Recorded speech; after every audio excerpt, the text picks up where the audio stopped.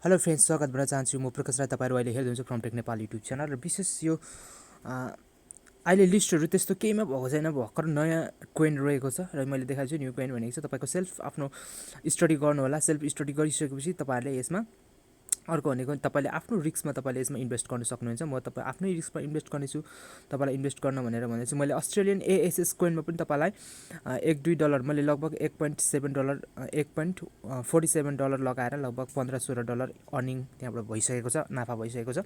अब त्यसरी नै यसमा पनि नाफा हुनसक्छ सक्दैन भन्ने कुरा चाहिँ फ्युचरमा जान्ने कुरा हो। त्यही भएको कारणले यसमा हामी इन्भेस्ट गर्नु कुनै पनि इन्भेस्ट गर्दाखेरि रिस्क त भइहाल्छ। त्यो रिस्क त आफूले लिनुपर्ने हुन्छ। त्यहाँबाट कन्ट्र्याक्ट एड्रेस तपाईँले लिनुपर्ने हुन्छ। यहाँनिर चाहिँ तपाईँले टेलिग्राममा देख्न सक्नुहुन्छ। यो यहाँदेखि यताको यहाँनिर यसरी एकचोटि टच गर्नु भने copy apps test auto copy हुन्छ।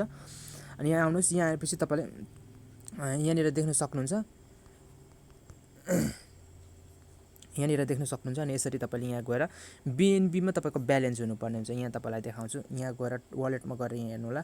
यहाँ बिएनबीमा मसँग $4 छ। 4.8 कति यहाँ भइसकेको छ भएको छ। यहाँनिर यति डलर मसँग छ र यसबाट तपाईँलाई बाई गरेर देखाउँछु। लगभग $3 जतिको म बाई गरेर देखाउँछु।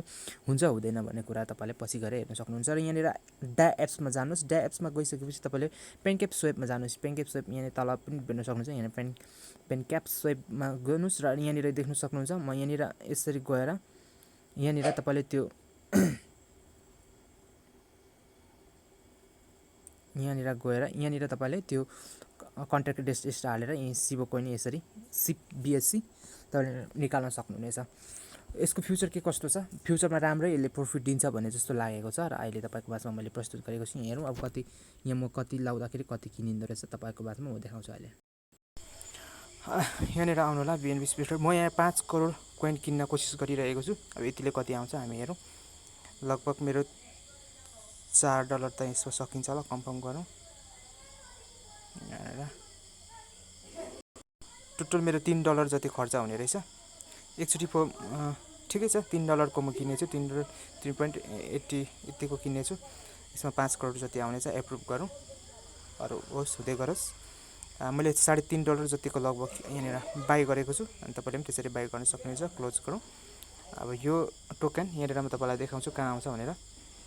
सबभन्दा पहिला चाहिँ तपाईँले यो टोकन यहाँ किनिसकेपछि यहाँनिर आउनु, वालेटमा आउनुहोस्। वालेटमा आइसकेपछि माथि यहाँनिर जानुहोस्। यहाँ गइसकेपछि त्यो एड्रेसलाई यहाँनिर हाल्नुहोस्। यो एड्रेसलाई हालिसकेपछि यसलाई शिबा बीएससीलाई यसलाई इनेबल गर्नुहोस्। यहाँनिर इनेबल गरेपछि तपाईँले अगाडि यहाँनिर देख्न सक्नुहुन्छ।